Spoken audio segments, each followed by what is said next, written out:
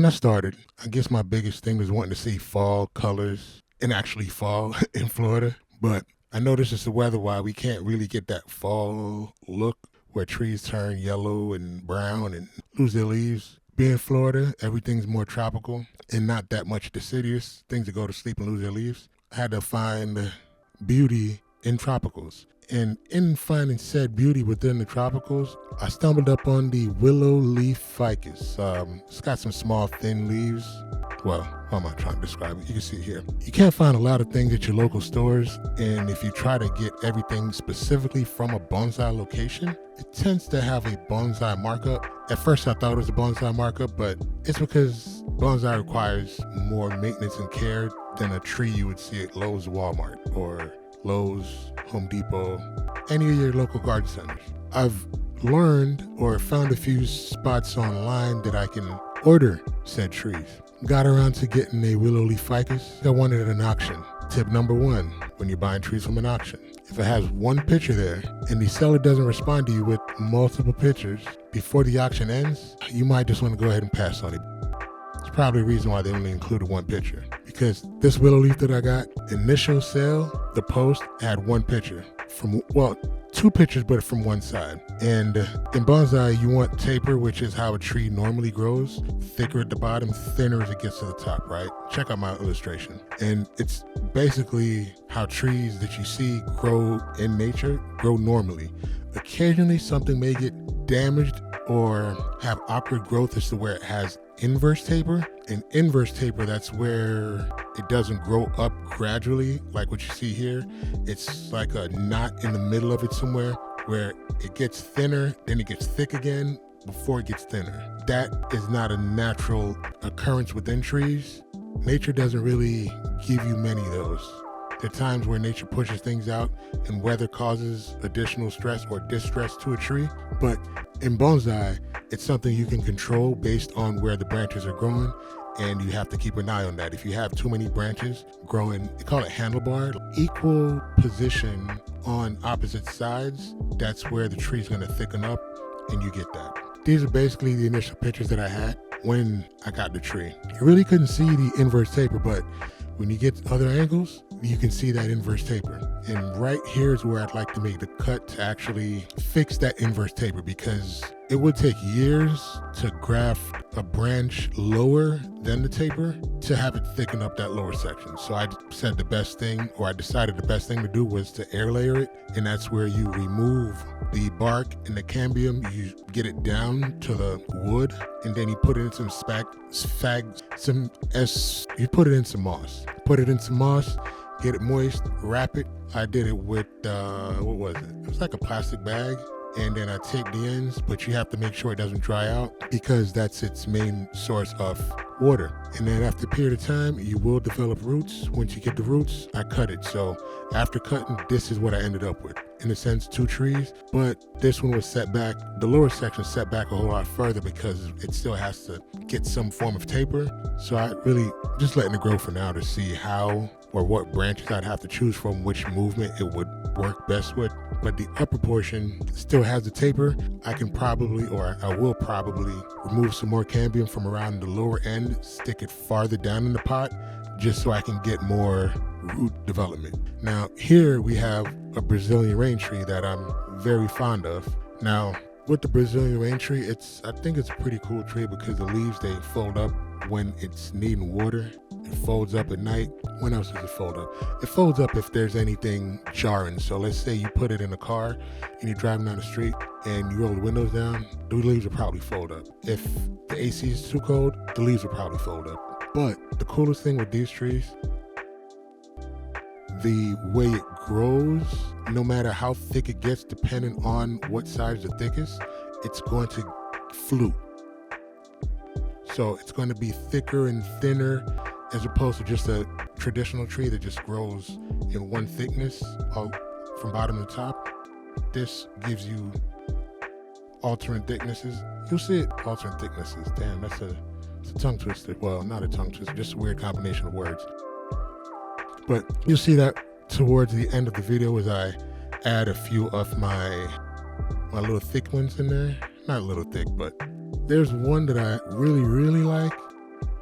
that has, I think it's pretty cool movement and a nice look to it. And from when I purchased that, it was just, it's thickened up over the 2-3 years.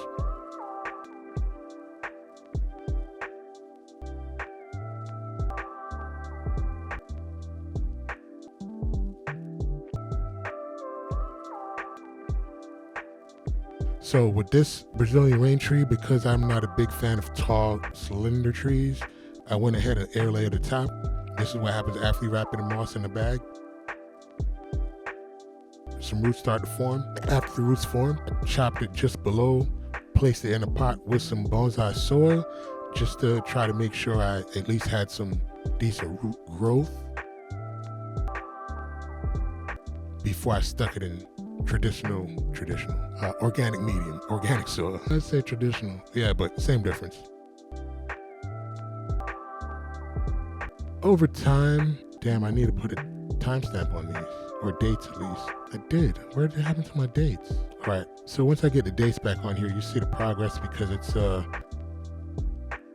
matter of, I think, 2 years where the tree stretched.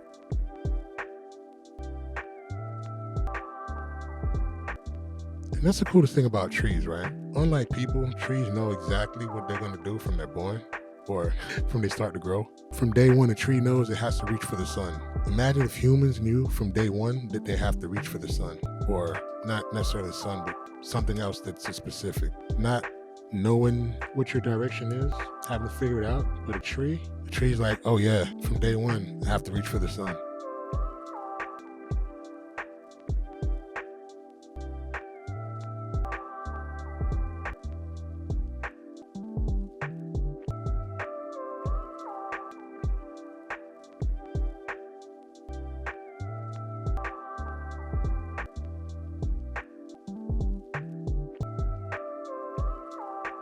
It's nice to see the progress over time. There's my timestamp. So we're looking at May 24. The base is starting to thicken up.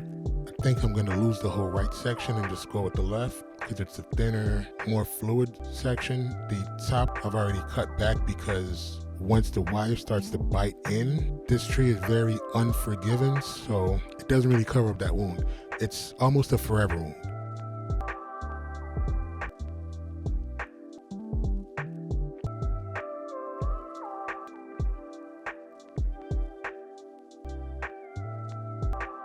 I've grown to love these Brazilian rain trees. It's yeah, so here we go. Let me just go to silence, because this is like my baby. Look how skinny she was. She was such a cute little skinny one. Aww. It's 22 when she just first started to gain a little traction.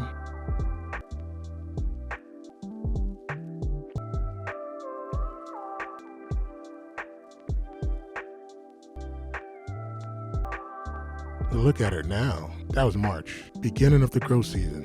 And as the time goes, she's just getting more prettier and prettier. And see this, I'm not really concerned about the handlebar branches, the offsetting, same size or same side, but same location but opposite sides, because the way this trunk grows, it flutes. You see how it's thicker, thinner based on where you view? It's not just from the ground up. I think that's one of the coolest things about these trees, the flute aspect. Quite interesting.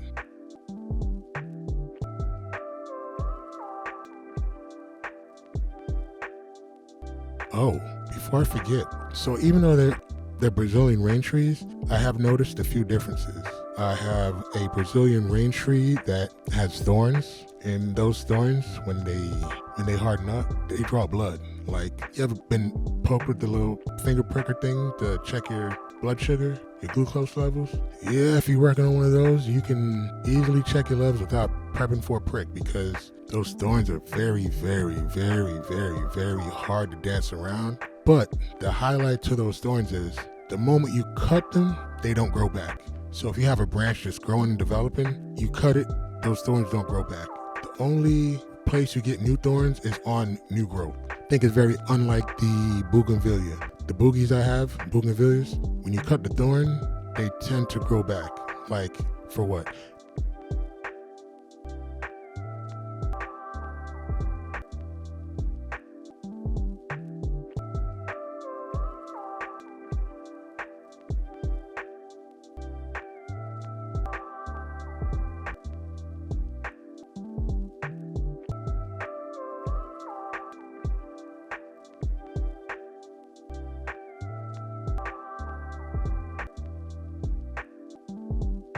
And when I mentioned the wire bite, this is what I mean by bite. If you leave the wire on there too long, oh man, just when you're looking to say, you know what, this is making some progress. Now, with the way that wire is biting, I had to cut it back.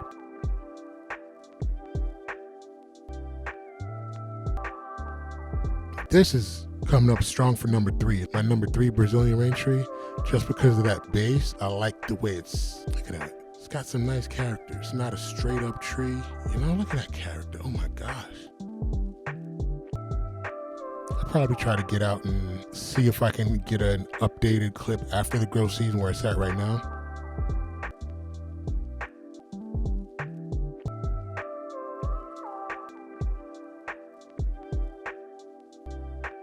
But what you're going to see next, this is the base, the bottom of the original Brazilian rain tree we've been talking about that was air layered.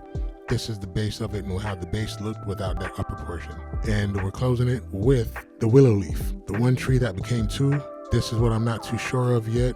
I have to let it grow to see how it goes. Well, actually, no. I'm probably gonna take one of those branches out, or most of those branches out. And this is going to be cut back. But this is a better start than what it was initially because there is no inverse taper. Yeah, some people like inverse taper, but to me, it doesn't look good. Doesn't make for a sexy tree, but yeah. That's what I've been up to. If you like to keep up, just hit that subscribe button, like, comment, share. If you have trees or had trees, or if you have willow leaves and I'm doing something wrong here, please let me know because still are fairly new to me.